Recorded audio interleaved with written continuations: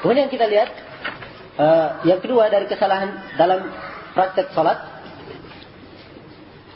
adalah tidak menggerakkan lisan ketika takbir, ketika membaca Quran, dan membaca zikir. Nah, ini kesalahan yang banyak terjadi.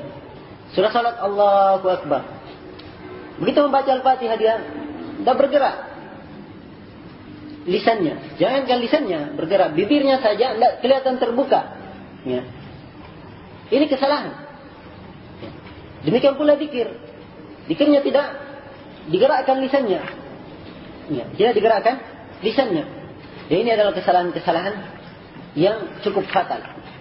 Ya. Khususnya kalau takbiratul ihram, dia tidak, begitu takbiratul ihram, dia tidak menggerakkan lisannya takbir Allahu Akbar. Dia tidak gerakkan, batal salatnya sebab belum dianggap mengucapkan takbiratul ihram. Belum dianggap mengucapkan takbiratul ihram.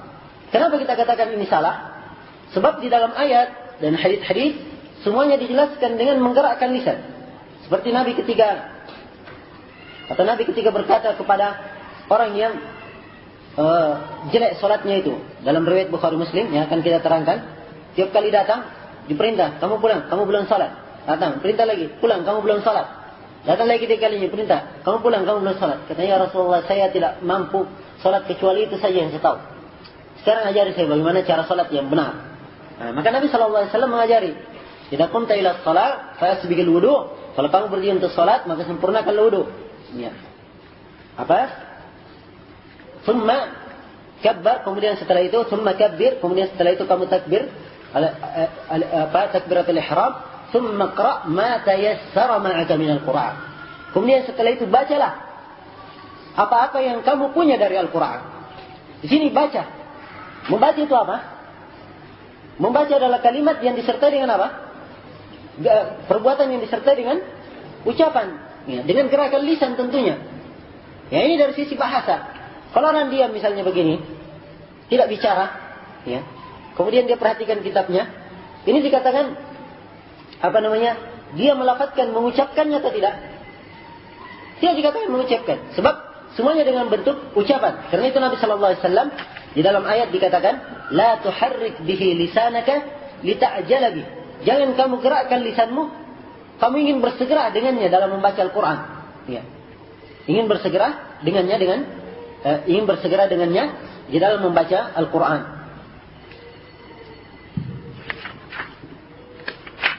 Ya, demikian pula dalam hadits-hadits yang lain itu dibacakan, disebutkan, summa yaqulu kada. Nabi kalau sudah sujud beliau berkata begini. Kalau beliau membaca istiftah beliau berkata begini. Kemudian setelah itu beliau membaca ini. Dan seterusnya disebutkan dengan lafaz membaca, lafaz berkata, dan semuanya ini menunjukkan harus dengan ucapan.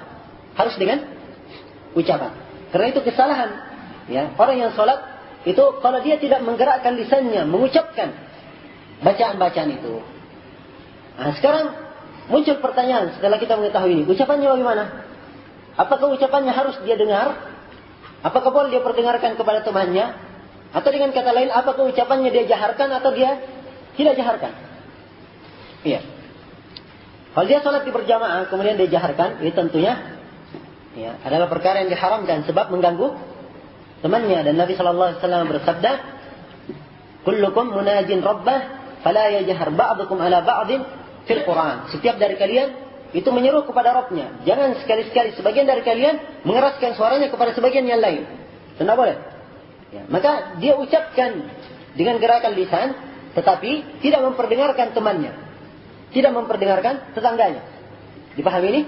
Ada juga kadang yang membaca saking seriusnya atau saking hati-hatinya, dia baca keras sehingga tetangganya sibuk, ya, atau sibuk mengurus dia. Ya. Maka harusnya bacaan itu hanya untuk dirinya saja. Tapi ada perselisihan di kalangan para ulama. Apakah bacaannya itu harus dia perdengarkan dirinya atau tidak? Atau boleh dia gerakkan lisan dengan suara yang kecil sekali, dianya sendiri tidak dengar juga, tapi lisannya bergerak mengucapkannya. Nah, ini diperselisihkan oleh para ulama. Sebagian para ulama, ya, seperti orang-orang Asy-Syafi'iyah, itu mensyaratkan harus apa namanya?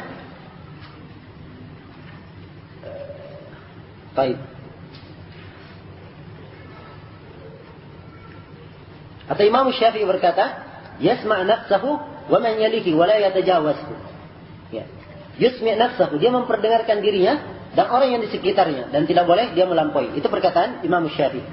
Akan tetapi Syekh Ibnu Utsaimin rahimahullah dalam kitab beliau Syarhul Mumti' beliau berkata, yang benar tidak disyaratkan dia memperdengarkan dirinya.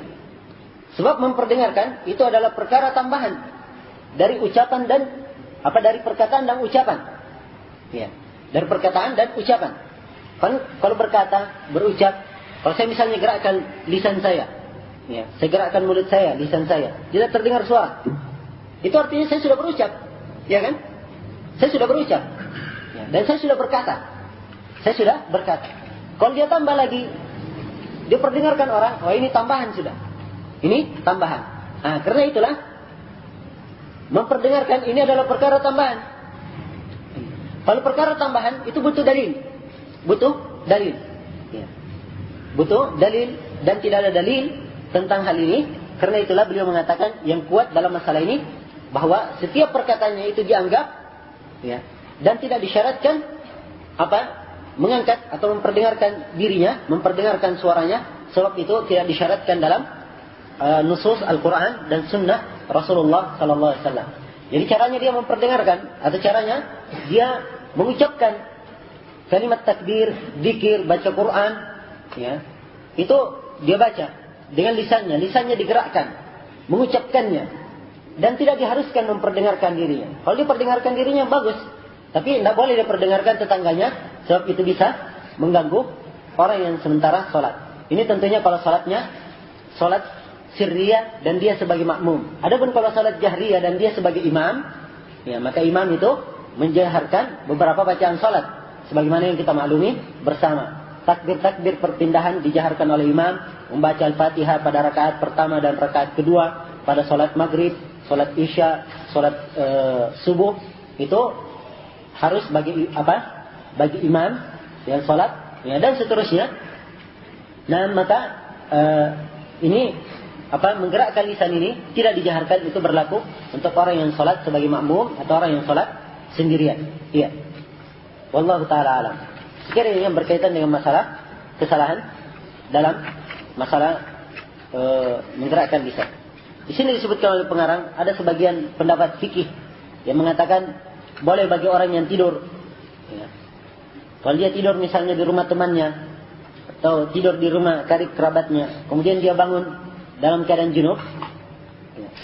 Kalau dia malu misalnya diketahui dia junub karena dia tamu di situ, katanya boleh dia sholat dengan harakat saja tanpa menggerakkan lisan dan melafadzkannya. Katanya begitu. Ada sebagian pendapat fikih aneh seperti ini, dan ini pendapat sebagian ulama Syafi'iyah. Ya. Akan tetapi ini adalah pendapat yang lemah sebagaimana yang kita telah terangkan tadi.